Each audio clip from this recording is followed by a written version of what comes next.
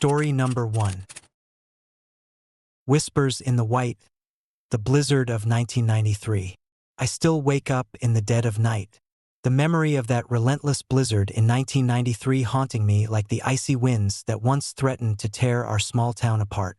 My name is Jack Harris, and the events that unfolded during the storm of the century have left an indelible mark on my soul, a constant reminder of the thin line between reality and the supernatural. It was late January, 1993, when the weather forecasts began warning us of an impending storm unlike any we had ever experienced. The Midwest was bracing for what meteorologists dubbed the storm of the century, a blizzard predicted to be the worst in decades. As the storm approached, the town of Brookside, Ohio, a tight-knit community nestled between expansive farmlands and dense woodlands, prepared for the worst. I was at home, finishing up some work in my study, when the first alerts came through. Snowfall had already begun, light at first, but growing thicker by the hour. Families stocked up on supplies, reinforcing windows and doors against the impending onslaught. Despite the warnings, there was a sense of complacency, a belief that our sturdy homes and collective spirit would see us through. By the time the storm hit, it was full force. The wind howled like a banshee, and snow piled up faster than we could shovel. Visibility dropped to near zero, turning familiar roads into whitewashed labyrinths. Power outages were inevitable, plunging our town into darkness intermittently as the electrical grid struggled to cope with the surge. I remember the night the storm reached its peak vividly. The temperature had plummeted, and the snow was falling so thick that it muffled all sound, creating an eerie silence interrupted only by the occasional roar of the wind. I was driving home from the local diner, where I worked as a mechanic, when my car skidded on the icy road, forcing me off the main highway and onto a narrow, deserted road leading to the outskirts of town. Panic set in as I realized how quickly the storm had intensified. My car's heater was barely keeping up, and the darkness outside was impenetrable. I tried to turn back, but the road was completely covered in snow, making it impossible to navigate. Desperate, I decided to keep driving, hoping to find shelter or a safer path through the storm. As I trudged through the whiteout, my headlights barely cutting through the blinding snow, I began to notice something unsettling. The road seemed to stretch endlessly, with no landmarks or signs of life in sight. Every so often, I would catch glimpses of movement in the periphery of my vision, shadowy figures that vanished when I turned to look directly at them.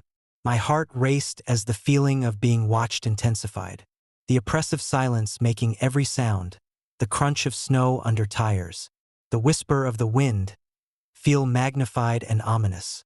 After what felt like hours, my car finally came to a stop in front of an old, abandoned farmhouse.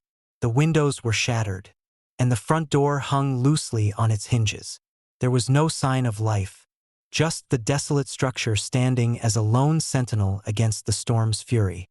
With no other options and fearing for my safety, I decided to seek refuge inside. The door creaked loudly as I pushed it open, the sound echoing through the empty halls. The interior was dark and musty, the remnants of past lives scattered haphazardly around me. I found a small room with a fireplace, its hearth cold and unused. Desperate for warmth, I tried to light a fire, but the damp logs wouldn't catch, and the wind from broken windows snuffed out the flames I managed to produce. As the night wore on, the storm showed no signs of letting up. The wind howled louder, and the temperature inside the farmhouse dropped further, making it nearly unbearable. I curled up on a dusty old sofa, wrapping myself in a blanket I had brought along, trying to stay warm and keep my mind occupied.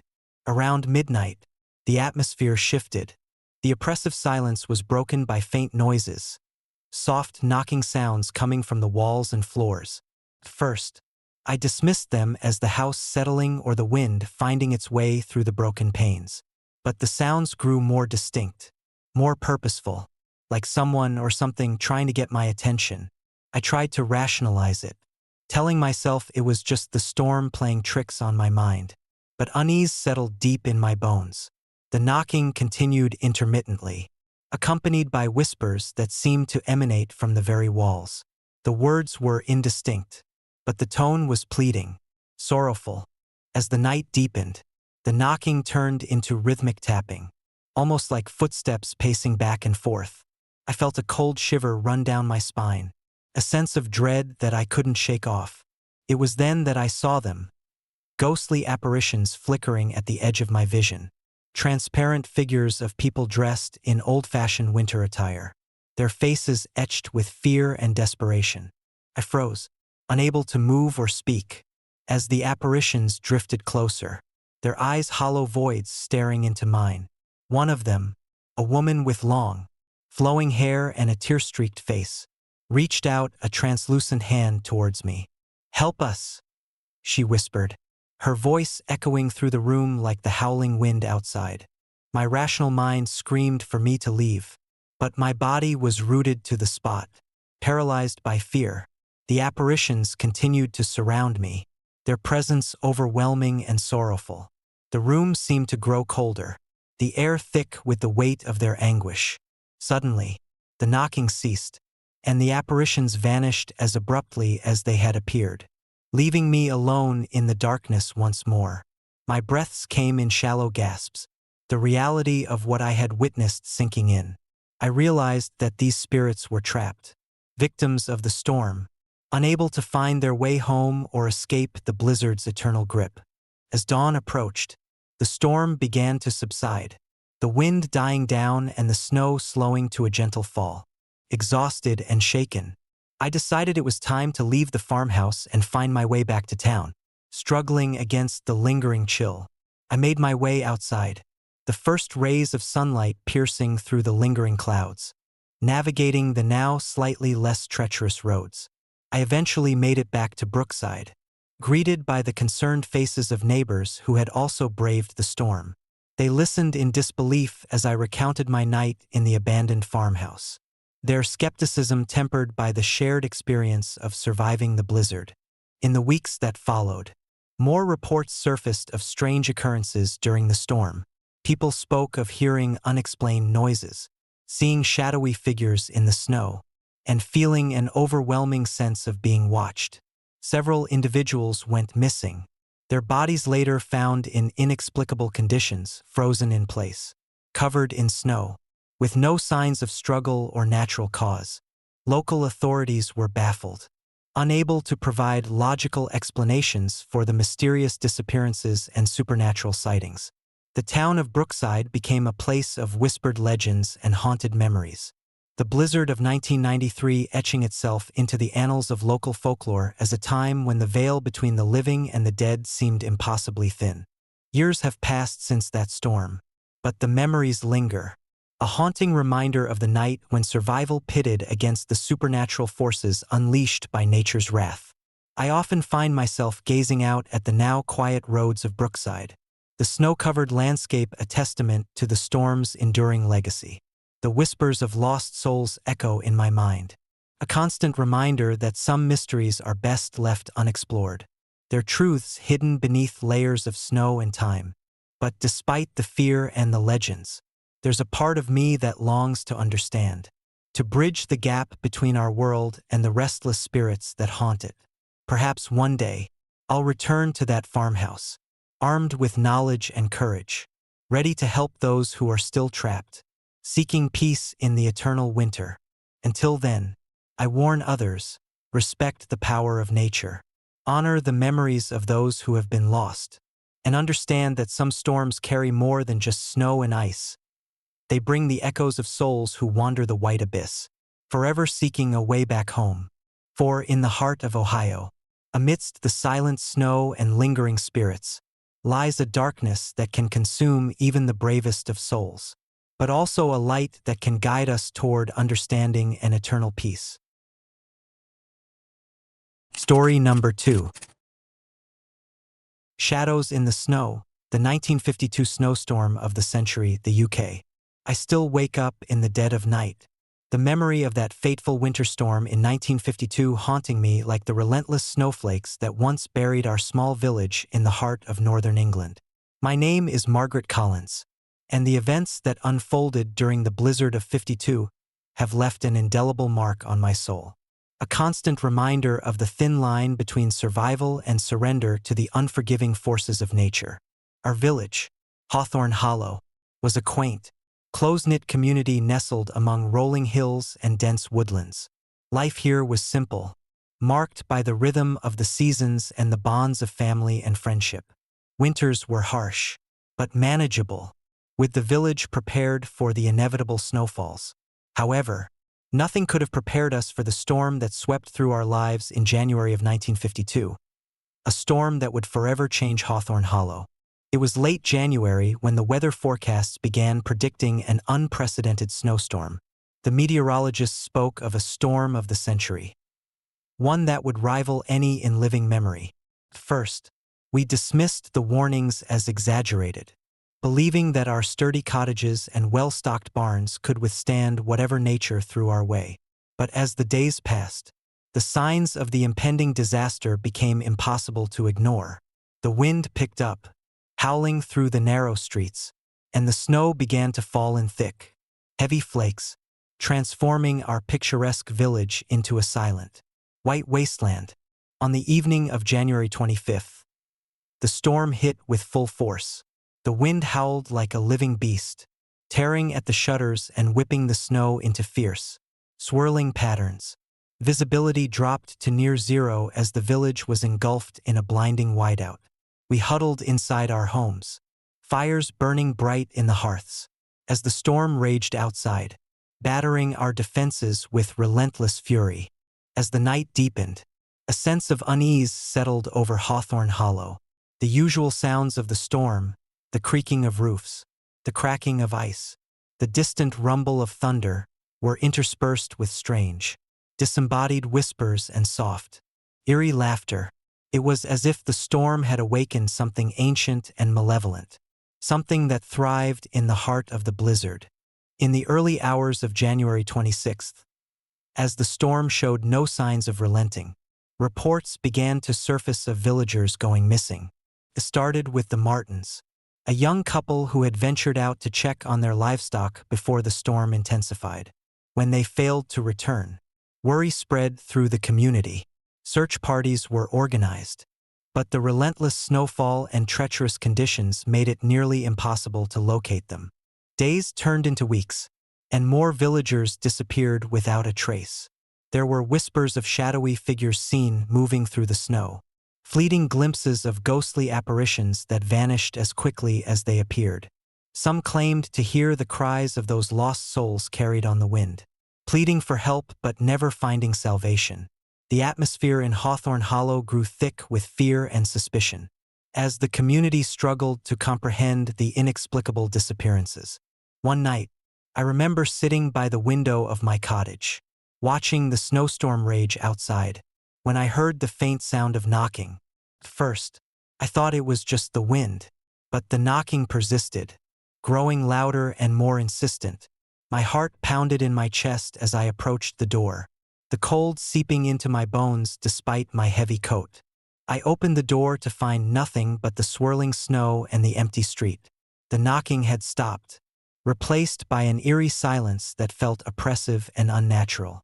Shaking, I closed the door and returned to my seat by the fire, trying to reassure myself that it was all in my imagination. But deep down, I knew something was terribly wrong. The next morning, the storm had finally begun to subside, leaving behind a landscape transformed by its fury. The village was buried under several feet of snow, the familiar landmarks obscured by the relentless accumulation. As we ventured outside to assess the damage, the true horror of the storm became apparent. The bodies of the missing villagers were discovered, each one frozen in place, their expressions twisted in terror and despair.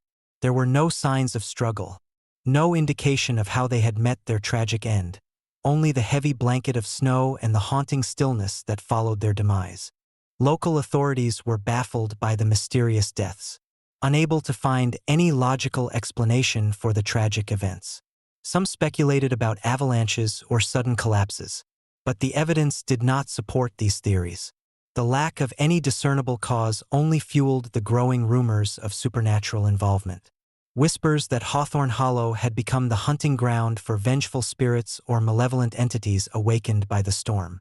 As weeks turned into months, the scars left by the blizzard of '52 remained etched into the fabric of our community. The village hall, once a place of celebration and gathering, now stood as a solemn memorial to those we had lost. We held vigils and memorial services, lighting candles in honor of the departed souls, hoping to bring some semblance of peace to our shattered hearts. But peace remained elusive. Strange occurrences continued to plague the village. Even years after the storm had passed, villagers reported seeing ghostly apparitions wandering through the snow-covered streets, their hollow eyes staring blankly into the distance. There were tales of objects moving on their own, doors slamming shut without reason, and the persistent feeling of being watched by unseen eyes. One particularly cold evening, I found myself walking home through the now familiar snowy paths, the moon casting a pale light over the desolate landscape. The silence was broken only by the crunch of my boots on the snow and the distant howl of the wind. Suddenly, I felt a presence beside me, a chill that seemed to seep into my very soul. Turning, I saw the faint outline of a figure cloaked in white, its form wavering like mist in the night air. "Help us," the apparition whispered, its voice barely audible over the wind. "We are lost." I froze, unable to tear my eyes away from the ghostly figure. The whispers of the past had found me, reaching out through the veil of time to seek solace and redemption. The encounter left me shaken, reaffirming the legends that had long haunted our village and the dark secrets that lay beneath the surface of Hawthorne Hollow. Years have passed since that tragic winter, but the memory of the blizzard of '52 remains vivid in my mind. Hawthorne Hollow has rebuilt itself, the scars of the past slowly healing under the relentless march of time. Yet, the whispers of lost souls continue to echo through the snow-covered streets, a haunting reminder of the lives lost and the mysteries that still linger in the shadows. I often find myself gazing out at the rolling hills and dense woodlands, the remnants of the storm still visible in the deep drifts of snow and the bare branches of winter trees.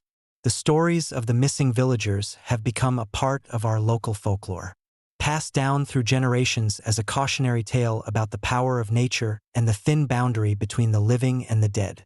But for me, the blizzard of '52 was more than just a natural disaster. It was a confrontation with the unknown, a brush with the supernatural that left me forever changed. The loss of friends and loved ones, the inexplicable deaths, and the lingering presence of restless spirits have all contributed to a deep-seated fear and fascination with the mysteries that lie beyond our understanding. And so, I warn others, respect the forces of nature, honor the memories of those who have been lost, and understand that some mysteries transcend our comprehension. For in the heart of northern England, amidst the silent snow and lingering spirits, lies a darkness that can consume even the bravest of souls, leaving behind only whispers and shadows in its wake. Story number 3. Whispers in the Snow, the Survival of the Argonauts, Chile. 1920s. I still wake up in the dead of night, the memory of that harrowing winter in the Andes haunting me like the relentless snowflakes that once buried our small mining camp in Chile. My name is Alejandro Torres, and the events that unfolded during the blizzard of 1924 have left an indelible mark on my soul. A constant reminder of the thin line between survival and surrender to the unforgiving forces of nature. Our mining expedition, known among locals as the Argonauts, was a venture into the heart of the Andes, driven by the promise of untapped silver veins. The group consisted of 12 men, each with their own reasons for braving the treacherous peaks. Among us were seasoned miners, hopeful adventurers, and even a few who sought refuge from troubled pasts. We established our base in a secluded valley, surrounded by towering snow-capped peaks and vast expanses of untouched wilderness. The winter of 1923 had been unusually harsh, but we had endured, adapting to the relentless cold and the challenges of high-altitude mining. Supplies were carefully rationed, and our camaraderie kept morale high despite the harsh conditions. However, as January approached, a sense of unease settled over us. The weather forecasts from Santiago spoke of an impending blizzard of unprecedented magnitude, one that would test our limits like never before. On the evening of January 10th, dark clouds began to gather ominously over the mountains. The wind picked up, howling through the narrow valleys and whipping the snow into fierce, swirling patterns. We fortified our camp, reinforcing the tents and securing our equipment against the impending storm. As the first flakes began to fall, the atmosphere was tense, a silent acknowledgement of the storm's potential wrath. By midnight, the storm had unleashed its full fury. The wind roared like a living beast, and the snow fell in blinding sheets, reducing visibility to mere feet. We huddled together in the central tent, the only light coming from the dim lanterns that flickered against the howling wind. The temperature plummeted, and the cold seeped into our bones, making every breath a struggle. As the hours dragged on, the storm showed no signs of abating. Food supplies dwindled, and the harsh conditions took their toll on our spirits. It was during these bleak hours that the strange occurrences began. It started with faint whispers, barely audible over the storm's roar, emanating from the fringes of our camp. First, we dismissed them as the wind playing tricks on our weary minds. But soon the whispers grew louder, more distinct. "Help us! Find our way!"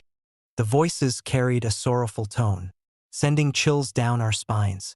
Shadows danced at the edge of our vision, fleeting glimpses of figures cloaked in white, their faces obscured by the blinding snow. The feeling of being watched intensified, an invisible presence that lingered just beyond our perception. One night, as the storm raged on unabated, Alejandro, our unofficial leader, decided to investigate the source of the whispers. Armed with only a lantern and a sturdy axe, he ventured into the swirling snow, leaving the rest of us in fearful anticipation. Hours passed with no sign of his return, the whispers continuing to torment us. Finally, at the break of dawn, Alejandro stumbled back into camp, his clothes torn and face pale with terror. "I saw them," he gasped, collapsing onto the tent floor. "The spirits of those who never made it out. They're trapped here, just like us." His words hung heavy in the air, confirmed by the chilling realization that our predicament mirrored the tragic fate of those lost to the unforgiving mountains. Desperation set in as we realized that survival might require more than just physical endurance. It might demand confronting the supernatural forces that seemed determined to claim us. As the days turned into weeks, the storm remained unrelenting, isolating us from the outside world. The whispers became a constant presence, their pleas for help growing more urgent. Nightmares plagued our sleep, visions of shadowy figures and ghostly apparitions haunting our every thought. Supplies ran critically low, and the harsh conditions pushed us to the brink of exhaustion. One particularly frigid night, as the storm reached its peak, we gathered in the central tent to discuss our dwindling options. It was then that the temperature dropped even further, and the lanterns flickered violently, casting eerie, elongated shadows across the tent walls. The whispers crescendoed into a cacophony of anguished cries, filling the air with an overwhelming sense of despair. "Release us! Break the curse!" In a moment of collective resolve, we decided to perform a ritual of appeasement, hoping to free the trapped spirits and restore balance. Drawing upon old Chilean folklore and the few fragmented notes we had found in abandoned campsites, we began to chant the ancient words, our voices intertwining with the storm's fury. As the ritual progressed, the air around us seemed to vibrate with an otherworldly energy.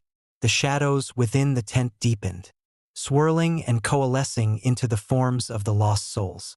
Their eyes, once hollow and pleading, now shone with a glimmer of hope. The whispers transformed into a harmonious chorus, their sorrowful cries turning into grateful thanks. With a final, unified chant, the oppressive energy dissipated, and the storm outside began to abate. The wind softened to a gentle breeze, and the snow ceased its relentless assault. A profound silence enveloped us, broken only by the distant call of a lone bird returning to the wilderness. Exhausted but filled with a sense of accomplishment, we realized that the ritual had worked. The spirits had found peace, and the storm had finally passed. As the first rays of sunlight pierced through the clouds, we knew that rescue was imminent. The blizzard had tested us beyond our limits, but our unity and courage had seen us through the darkness. When the rescue team arrived, they found us weak but alive, our spirits unbroken despite the ordeal we had endured. We shared our story with them, recounting the supernatural events that had transpired during our captivity. While some dismissed our tales as the ravings of desperate men, others couldn't help but feel a lingering sense of unease, the unexplained phenomena leaving an indelible impression on their minds. In the years that followed, the legend of the Argonauts became a part of local folklore, a haunting reminder of the mountain's unforgiving nature and the spirits that guard its secrets. Our survival was celebrated as a testament to human resilience, but the memories of those lost and the supernatural forces we encountered remained with us, a constant shadow in our lives. I often find myself gazing at the snow-covered peaks of the Andes, the memory of that blizzard vivid in my mind. The whispers of the past echo in the winter winds, a haunting reminder that some mountains hold secrets that transcend human understanding. The spirits of the Argonauts, once lost to the storm, now serve as guardians of the wilderness, their presence a silent watch over those who dare to venture into their realm. And so, I warn others, respect the power of nature, honor the memories of those who have been lost, and understand that some mysteries lie beyond our comprehension. For in the heart of the Chilean Andes, amidst the silent snow and lingering spirits, exists a darkness that can consume even the bravest of souls, but also a light that can guide us toward understanding and eternal peace. Story number 4. Whispers in the Snow, the blizzard of 1978 Ohio. I still wake up in the dead of night, the memory of that fateful January morning in 1978 haunting me like the relentless snowflakes that once buried me in a desolate Ohio highway. My name is Laura Mitchell, and the events that unfolded during the blizzard of '78 have left an indelible mark on my soul, a constant reminder of the thin line between reality and the supernatural. It was the third week of January, 1978. Ohio was in the grip of one of the harshest winters on record. The snow fell thick and fast, turning familiar roads into treacherous whiteouts. I was driving home from my late shift at the local diner, my old sedan barely making progress through the deepening drifts. The radio crackled with weather updates, each one more dire than the last. The storm was only getting worse. By midnight, visibility had plummeted to nearly zero. The world outside was reduced to a swirling vortex of white, the wind howling like a chorus of lost souls. I was alone, save for the soft hum of the engine and the occasional scrape of ice against the windshield. My daughter, Emily, slept soundly in the back seat, oblivious to the growing peril outside. I decided to pull over at a small, isolated rest stop I remembered from a previous trip. The building was a relic from another era, its windows frosted over and the sign above the door barely readable. I parked my car and stepped out into the biting cold, pulling my coat tighter around me. The snow was already waist-deep, and the wind threatened to knock me off my feet with every step. Inside, the rest stop was dimly lit, the air thick with the scent of old wood and stale coffee. I approached the counter, hoping to find some shelter until the storm passed. There was no one there, just an old jukebox humming a forgotten tune. I grabbed a blanket from the rack behind the counter, my fingers numb from the cold, and returned to my car.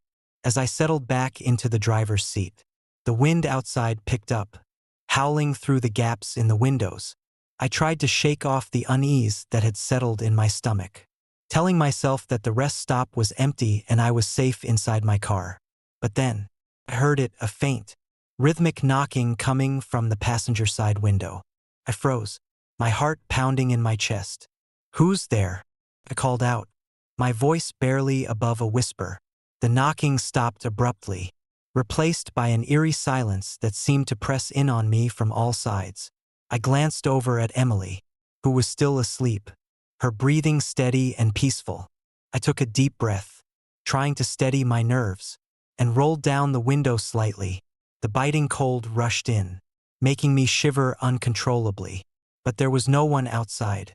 The snow had covered any potential footprints, erasing any trace of who or what might have been there. I rolled the window back up, but the sense of being watched lingered, an invisible weight pressing down on me. Minutes turned into hours as the storm raged on, and the rest stop remained deserted.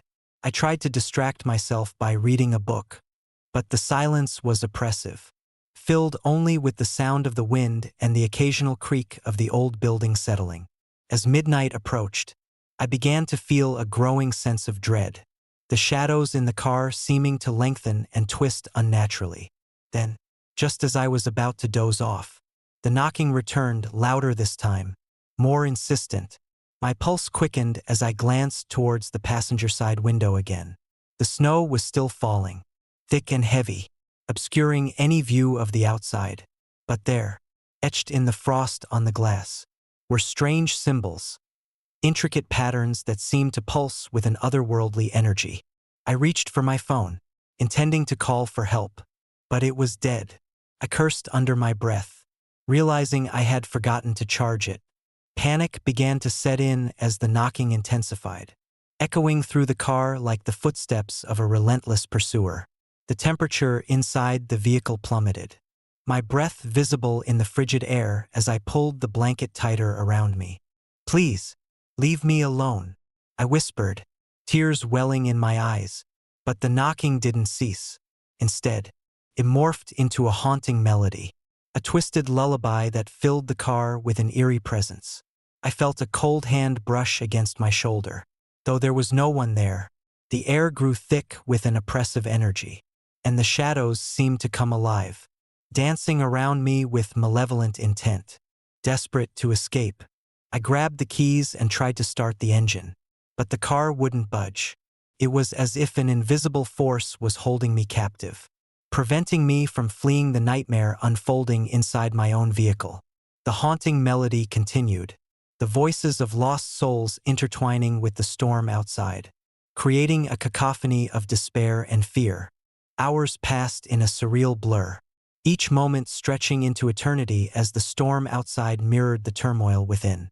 I began to lose track of time, the line between reality and hallucination blurring as the supernatural forces tormented me. The car became a prison, the snow outside sealing me off from the world, leaving me to confront the dark entities that sought to claim my soul. Finally, as the first light of dawn began to break through the storm's grip, the intensity of the haunting melody subsided. The knocking ceased, replaced by a profound silence that felt both relieving and unsettling. Exhausted and numb from the ordeal, I collapsed into my seat, the blanket barely providing any warmth against the lingering chill. Hours later, a rescue team arrived, alerted by another motorist who had noticed my stalled car in the midst of the storm. They helped me out of the vehicle, their presence a stark contrast to the eerie solitude I had endured. As we made our way back to civilization, I couldn't shake the feeling that I had been touched by something beyond understanding, a glimpse into a world where the boundaries between the living and the dead were thin and fragile. To this day, I can't explain the strange events that occurred during those 48 hours. The symbols on the window remain a mystery, their meaning lost to time and snow. Some say it was the restless spirits of the lost, seeking help or vengeance for their untimely demise. Others believe it was a manifestation of my own fears and desperation, amplified by the storm's ferocity. But one thing is certain, the blizzard of 1978 was more than just a natural disaster. It was a convergence of the physical and the supernatural, a night when the veil between worlds was lifted, allowing dark forces to intrude upon my reality. The experience has left me with a deep-seated fear of storms and a belief that some tragedies leave lingering echoes, forever haunting those who survive. In the years that followed, others in the community reported similar strange phenomena during severe snowstorms. Stories of people hearing unexplained knocking, seeing shadowy figures in their windows, and feeling an oppressive presence during blizzards became a part of local folklore. The blizzard of 1978 became a cautionary tale, a reminder of the fragile balance between human existence and the unknown forces that lie just beyond our perception. I often find myself gazing out at the snow-covered landscape, the memory of that night vivid in my mind. The whispers of lost souls echo through the winter winds, a haunting reminder that some storms carry more than just snow and ice. They bring the shadows of the past, seeking to remind us of our own mortality and the mysteries that lie beyond our understanding. And so, I warn others, respect the power of nature, honor the memories of those who have been lost, and understand that some storms are more than just weather. They are windows into a world where the living and the dead intertwine, leaving behind only whispers and shadows in their wake. Story number 5. Whispers in the Snow, the Blizzard of 1888. I still wake up in the dead of night, the memory of that fateful January morning in 1888 haunting me like the relentless snowflakes that once buried our small town in the northeastern United States. My name is Jonathan Reed, and the events that unfolded during that historic blizzard have left an indelible mark on my soul. A constant reminder of the thin line between survival and surrender to the unforgiving forces of nature. Our town, Maplewood, was a modest settlement nestled in the heart of the northeastern wilderness, surrounded by dense forests and rolling hills that transformed into a winter wonderland each December. The blizzard of 1888 was unlike any storm we had ever witnessed. It began as a typical winter tempest, with swirling snow and howling winds, but it quickly escalated into something far more sinister and unrelenting. I was just 16 when the blizzard hit. The nights grew longer, and the days were blanketed in a thick layer of snow that made even the simplest tasks feel Herculean. The community banded together, reinforcing homes and sharing supplies. But as the storm intensified, fear began to take hold. The wind seemed to carry voices, whispers that echoed through the trees, growing louder and more insistent as the days dragged on. It was Christmas Eve, a time that should have been filled with joy and celebration. But instead, it was marked by a palpable tension that hung heavy in the icy air. The snow had stopped falling, but the cold was unrelenting, seeping into every corner of our homes and our hearts. We huddled around fireplaces, trying to stay warm and keep our spirits high. But the storm outside was a constant reminder of our vulnerability.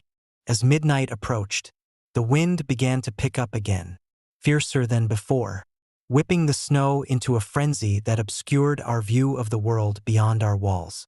It was then that we heard it, the soft, mournful wailing of voices carried on the howling wind.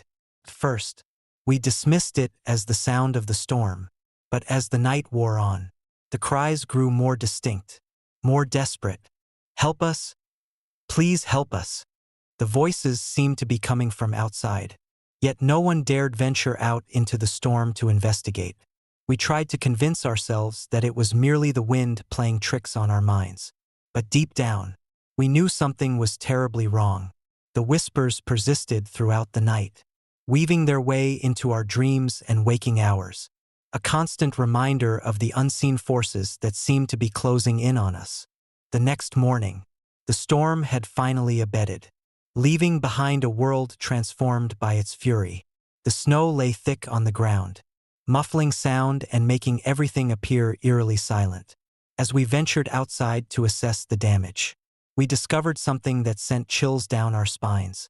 Scattered around town were remnants of belongings that belonged to families who had gone missing during the storm. Personal items like shoes, hats, and toys were left behind, as if their owners had simply vanished into thin air. Panic set in as we realized the extent of the blizzard's devastation. Dozens of families had been torn apart, their loved ones lost to the unforgiving storm. But what disturbed us the most were the strange symbols etched into the snow and ice. Intricate patterns that seemed to glow faintly under the winter sun. Locals began to whisper about curses and vengeful spirits, believing that the blizzard was not just a natural disaster, but something far more malevolent. As the days turned into weeks, the town of Maplewood struggled to recover from the aftermath of the blizzard of 1888. Rescue teams scoured the surrounding wilderness, but little progress was made in locating the missing families. The whispers of ghosts and restless spirits became a part of our daily lives, a constant reminder of the horrors that had unfolded during that fateful winter. One evening, as I sat by the fireplace in our now sparse home, reflecting on the tragedy that had befallen us, a cold draft swept through the room, extinguishing the flames and plunging us into darkness. The temperature seemed to drop even further, the chill seeping into our bones as the room grew colder by the minute. It was then that I heard it, the soft, mournful wailing of voices once more, louder and more desperate than before. "Help us! Please help us!" I froze, my heart pounding in my chest as the voices seemed to come from all around me. The room began to shimmer and warp, the shadows growing longer and more defined as ghostly apparitions materialized before my eyes. Figures cloaked in tattered garments and blanketed in snow stood before us, their eyes hollow voids that seemed to bore into my very soul. One of the spirits stepped forward, her form flickering like a candle in the wind. "We were lost in the storm," she whispered, her voice echoing through the room. "We cannot find our way. We cannot move on." Tears welled up in my eyes as I reached out, desperate to offer some semblance of comfort. "I'm so sorry," I whispered, my voice barely audible over the howling wind outside. "We'll do everything we can to help you." But the spirits only shook their heads, their sorrowful expressions conveying a deep sense of hopelessness. "The balance has been disturbed," another spirit intoned, his voice filled with anguish. The storm was not merely a force of nature. It was a manifestation of our collective despair and unresolved pain. I realized then that the blizzard of 1888 had not only ravaged our town physically but had also unleashed something far more sinister.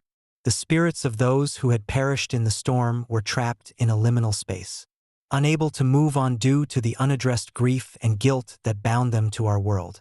Determined to bring peace to the restless souls, I delved into the history of Maplewood, uncovering dark secrets that had long been buried beneath layers of time and sorrow. I discovered that many of the missing families had been involved in illicit activities, their desperate attempts to survive leading them down paths of corruption and moral decay. The blizzard had been a final, brutal reckoning for their sins, but the unresolved guilt and unfinished business had anchored their spirits to our town. Armed with this knowledge, I sought the help of local spiritualists and historians, piecing together the events that had led to the blizzard of 1888. Together, we organized rituals and memorials, honoring the memory of those who had lost their lives and offering prayers for their souls to find peace. Slowly, the whispers began to fade, the spirits finding solace in the acknowledgement of their suffering and the collective effort to restore balance. One particularly cold and clear Christmas Eve, years after the tragic blizzard, I returned to Maplewood with a renewed sense of purpose.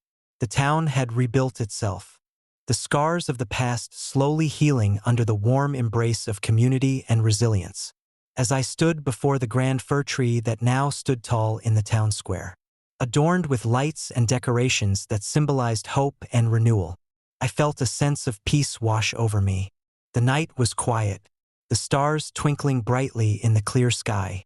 As midnight approached, I joined the townspeople in a communal gathering, our hearts united in remembrance and gratitude. Together, we lit candles and sang carols, the warmth of the fire and the joy of the season dispelling the lingering shadows of the past. As the clock struck 12, a gentle snowfall began, the snowflakes falling softly like the whispered blessings of the spirits we had honored. The grand fir tree shimmered under the winter moon, its branches reaching out towards the heavens as if to embrace the night. For a moment, the world seemed to stand still, the whispers of the past replaced by the harmonious sounds of hope and healing. I closed my eyes, feeling a profound connection to the souls of Maplewood, their presence now a source of strength and inspiration rather than fear and sorrow. The blizzard of 1888 had taught us the true meaning of community, resilience, and the enduring power of forgiveness and remembrance. Years have passed since that unforgettable Christmas Eve, but the lessons of the past remain a guiding light in my life. The legacy of the blizzard of 1888 lives on in the hearts of those who survived and those who remember, a testament to the enduring spirit of humanity in the face of unimaginable adversity. I often find myself gazing out at the snow-covered landscape, the memory of the blizzard and the whispers of the past still vivid in my mind. The spirits of Maplewood have found their peace, their souls finally free to move on, but their stories continue to echo through the generations, a haunting reminder of the thin line between survival and surrender. And so, I warn others, respect the forces of nature, honor the memories of those who have been lost, and understand that some mysteries are best left to the whispers of the past. For in the heart of the northeastern wilderness, amidst the silent snow and lingering spirits, lies a darkness that can consume even the bravest of souls, but also a light that can guide us toward understanding and eternal peace. Story number 6. Echoes in the Snow, the Donner Party's haunting California. 1846 to 1847. I still wake up in the dead of night, the memory of that harrowing winter journey lingering like the relentless snowstorms that once trapped us in the unforgiving Sierra Nevada. My name is Samuel Donner, a descendant of the infamous Donner Party, and the tales of our ancestors' desperate plight have haunted my family for generations. Determined to delve into the ultimate truth behind the legends, I embarked on a journey that would uncover secrets best left buried beneath the frozen earth. It was the spring of 1846 when my great-great-grandfather, George Donner, led a group of 87 hopeful emigrants from Illinois to the promise of California. The dream of fertile lands and new beginnings fueled their arduous trek westward. But fate had other plans. As autumn descended, the unforgiving Sierra Nevada loomed before them, a colossal barrier of snow and ice that no wagon train had successfully crossed before. The warnings from seasoned travelers had gone unheeded, their voices drowned out by the optimism of a brighter future. But as the first snowflakes began to fall, the reality of their predicament set in. The storm hit with an unrelenting fury, burying their hopes under meters of white, turning the path into a labyrinth of despair. The cold seeped into their bones, and the scarcity of food pushed them to the brink of survival. As I stood at the edge of the now-abandoned Donner Lake, the wind howled through the desolate landscape, carrying with it the whispers of the past. The remnants of their desperate struggle were etched into the very fabric of the land, half-buried wagons, abandoned campsites, and the silent testimony of lives cut short by nature's wrath. It was here that I decided to spend a night, hoping to connect with the spirits that were said to roam these forsaken grounds each winter. The night was eerily quiet, the moon casting a pale glow over the snow-covered terrain. I set up my tent near the remnants of the old campfire, the charcoal still cold and lifeless. As I settled in, the temperature plummeted, the air thick with an unnatural stillness. The stories spoke of apparitions, ghostly figures of those who perished, forever trapped in a cycle of torment and regret. Around midnight, a faint sound broke the silence, a soft, rhythmic tapping, like the distant echo of footsteps trudging through deep snow. My heart raced as I strained to listen, the sound growing louder, more deliberate. "Who's there?" I called out, my voice trembling with a mix of fear and curiosity. No response came, only the persistent tapping that seemed to circle around me, leading me deeper into the heart of the frozen wilderness. Armed with nothing but a lantern and a notebook, I ventured out into the blinding white, the cold biting at my skin as I followed the elusive sound. The landscape was a monochrome expanse, every direction a mirror image of the last, making it impossible to discern reality from illusion. As I trudged through the thickening snow, The tapping intensified, guiding me towards a ridge where the moonlight revealed the silhouette of an old, dilapidated cabin. The structure stood alone, its windows shattered, and the door hanging ajar as if inviting me into its dark embrace. A chill ran down my spine, but an inexplicable force compelled me to approach. Inside, the air was heavy with the scent of burning wood and something more, something metallic and foreboding.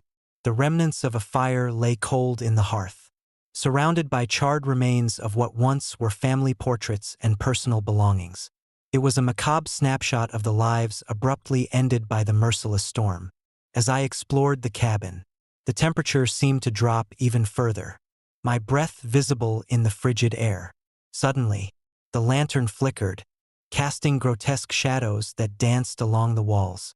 From the corner of my eye, I saw movement, a fleeting glimpse of a figure with hollow, lifeless eyes staring directly at me. My heart pounded in my chest as I turned to confront the apparition. But the figure had vanished, leaving only the oppressive silence in its wake. Determined to uncover more, I began to document every detail, my hands shaking as I wrote. It was then that I heard the unmistakable sound of a chainsaw revving to life, a horrifying echo of the machinery that had once been the lifeblood of the Donner family's hopes. The noise reverberated through the cabin, a sinister reminder of the tragic end that awaited them. As the sound grew louder, spectral figures began to materialize around me, their translucent forms flickering like flames in the wind. The spirits of the Donner Party stood before me, their eyes empty voids filled with anguish and desperation. "Why do you disturb our rest?" one of them whispered, his voice a hollow echo of a man long gone. "I seek the truth," I replied, my voice barely above a whisper. "I want to understand what happened to you." The apparition's expression softened, a sorrowful resignation replacing the initial fear. "We were betrayed by the very land we sought to conquer," he lamented. "Our quest for a better life led us into a nightmare of survival and despair. Now, we are bound to this place, unable to find peace." As he spoke, the cabin seemed to shift and warp, the boundaries between past and present dissolving into a nightmarish blend of reality and the supernatural. The spirits reached out, their cold hands brushing against my skin, filling me with an overwhelming sense of sorrow and regret. "Help us find peace," the apparition pleaded, his eyes never leaving mine. "Only then can the balance be restored." Determined to assist, I delved deeper into the history of the Donner Party, uncovering tales of desperation, betrayal, and the supernatural forces that may have played a role in their demise. The legends spoke of dark rituals performed by those seeking to control the elements, summoning malevolent spirits that would ensure their dominance over the land. Armed with this newfound knowledge, I returned to the cabin on the following night, ready to confront the darkness that had claimed so many lives. As midnight approached, I began the ritual, chanting the ancient words I had discovered, hoping to appease the restless spirits and free them from their eternal torment. The air grew thick with energy, the temperature dropping to an unbearable low as the spirits gathered around me. The apparitions watched with a mix of hope and desperation as I completed the final incantation, the power of the ritual resonating through the frozen landscape. A blinding light enveloped the cabin, the oppressive darkness lifting as the spirits began to fade, their anguished cries turning into peaceful sighs. The chainsaw's roar ceased, replaced by the gentle whisper of the wind through the trees. The balance had been restored, and the spirits of the Donner Party were finally free to move on. As dawn broke over the Sierra Nevada, the storm subsided, leaving behind a serene stillness that belied the horrors of the past. I stood amidst the remnants of the old cabin, the echoes of that night lingering in the crisp morning air. The snow-covered landscape seemed to hold a newfound sense of peace, the whispers of the spirits now silent and at rest. Years have passed since that unforgettable Christmas Eve, but the legacy of the Donner Party remains, a haunting reminder of the ultimate struggle between human ambition and the unforgiving forces of nature. Our family's story serves as a testament to the resilience of the human spirit, and the enduring quest for redemption amidst the shadows of the past. I often find myself gazing out at the snow-covered peaks, the memory of those restless spirits a constant presence in my thoughts. The echoes of their suffering have taught me that some mysteries are best left undisturbed, their truths buried beneath layers of time and tragedy. Yet, the urge to delve deeper, to uncover the ultimate truth, remains an unquenchable desire that drives me to honor their memory and ensure that their story is never forgotten. And so, I warn others, respect the land and its history, honor the memories of those who came before, and understand that some boundaries should never be crossed. For in the heart of the Sierra Nevada, amidst the silent snow and lingering spirits, lies a darkness that can consume even the bravest of souls, but also a light that can guide us toward understanding and eternal peace. Story number 7. Echoes of the Solder House, West Virginia. 1945. I still wake up in the dead of night, the memory of that fateful Christmas Eve in 1945 haunting me like the relentless shadows that danced across the walls of our once warm and welcoming home. My name is Sarah Solder, the eldest daughter of the Solder family, and the events that unfolded that night remain etched into my soul, a constant reminder of the thin veil between peace and unending terror. It was Christmas Eve, 1945, a time when our house at 272 West 5th Avenue in Fayetteville, West Virginia, brimmed with joy and anticipation. The scent of pine from the towering Christmas tree mingled with the aroma of my mother's freshly baked cookies, creating an atmosphere of pure, unadulterated happiness. My siblings and I were eagerly awaiting the arrival of our friends, the Roberts family, who were joining us for the holiday festivities. The evening was perfect. Laughter echoed through the halls as we exchanged gifts and shared stories by the fireplace. My father, John Solder, was the pillar of our family, his booming voice and hearty laugh filling every corner of our home. My mother, Agnes, moved gracefully between the kitchen and the living room, ensuring that every detail was just right. Life was good, or so we believed. As midnight approached, the first signs of an impending storm began to surface. Dark clouds rolled in swiftly, casting an ominous shadow over our festive gathering. The wind picked up, howling through the trees and rattling the windows with an intensity that suggested it was more than just a passing squall. My father, ever the pragmatist, dismissed our concerns with a reassuring smile. "It's just a little storm, nothing to worry about," he said, though the unease in his eyes betrayed his calm facade. The Roberts family decided to leave early, their car struggling against the growing wind and thickening snow. We bid them farewell, the warmth of their departure leaving a hollow feeling in the room. As the storm intensified, my parents decided it was best to prepare for the worst. We retreated to the attic, a temporary shelter my father had prepared for emergencies. Blankets and canned food were stored there, a lifeline should the storm render our home uninhabitable.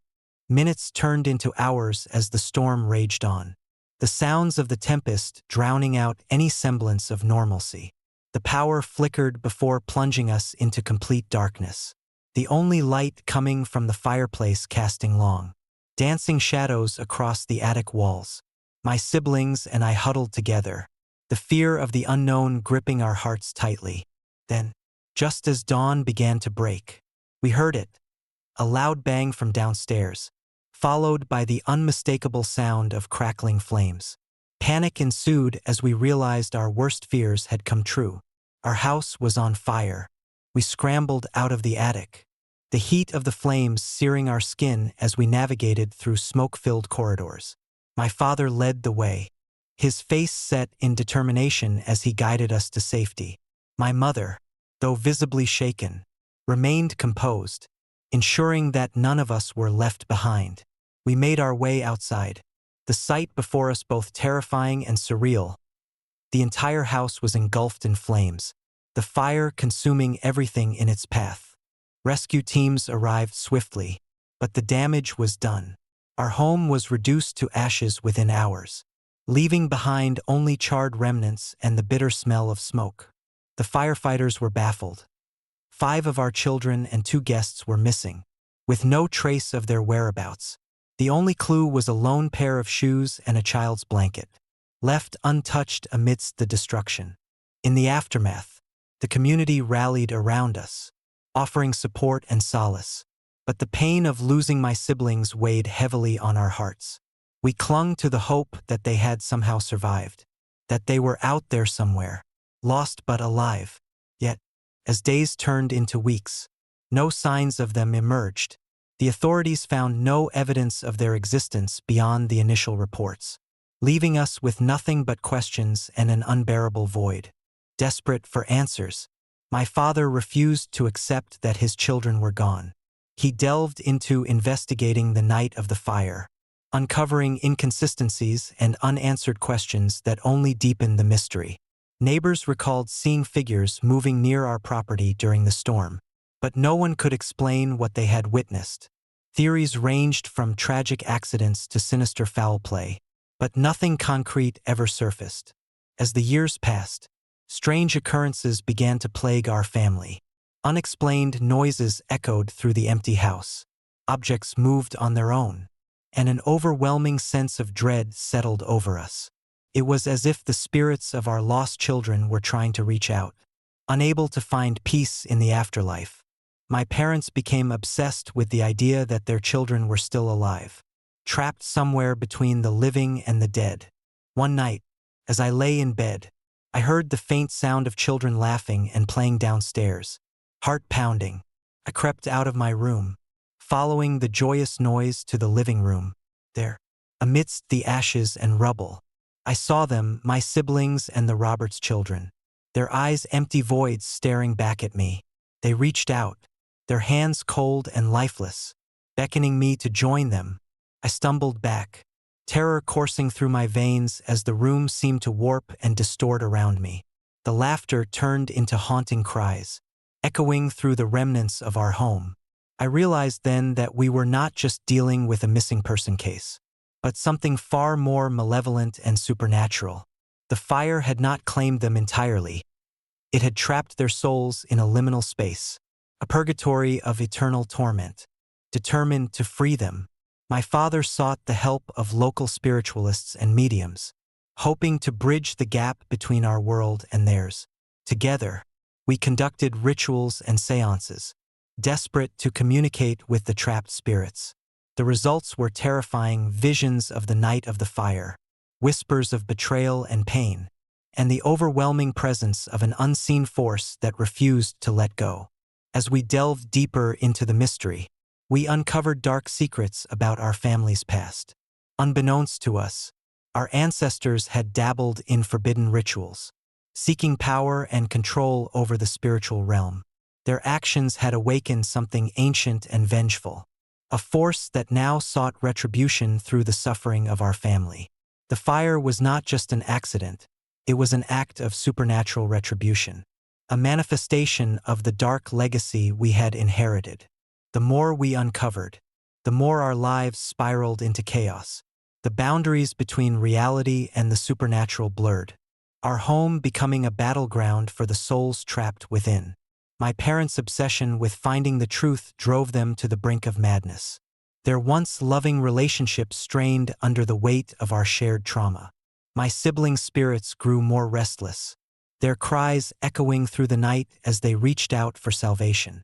One stormy night, much like the one that had claimed our home, we performed one final ritual, hoping to appease the vengeful spirits and lay our children's souls to rest. The air grew thick with energy, the room pulsing with an otherworldly presence. As we chanted, the spirits materialized before us, their eyes still empty voids but their expressions filled with sorrow and longing. "Please," my mother pleaded, her voice breaking, "help us find peace." The spirits reached out, their hands trembling as they accepted our offer of forgiveness and acknowledgement. A surge of light enveloped the room, the oppressive darkness lifting as the spirits began to fade, their anguish replaced by a serene stillness. The fire outside subsided, the storm passing as dawn broke over our shattered home. In the days that followed, the strange occurrences ceased. the spirits finally finding the peace they had been denied for so long. Our family began to heal, the wounds of the past slowly mending under the warm embrace of community and love. But the memory of that night remains, a haunting reminder of the thin line between the living and the dead, and the enduring power of family bonds that transcend even death itself. Years have passed since that tragic Christmas Eve, but the legacy of the Sauter family and the mystery of the missing children continue to linger in the annals of West Virginia folklore. Our story serves as a testament to the resilience of the human spirit and the lengths to which a family will go to protect and honor their loved ones. The echoes of our lost children still whisper in the winds, a reminder that some mysteries are best left to the shadows, their truths forever hidden in the depths of our darkest fears. And so, I warn others, respect the boundaries of the unknown, honor the memories of those who have been lost, and understand that some secrets lie beyond our comprehension. For in the heart of West Virginia, amidst the silent woods and lingering spirits, lies a darkness that can consume even the bravest of souls, but also a light that can guide us towards redemption and eternal peace.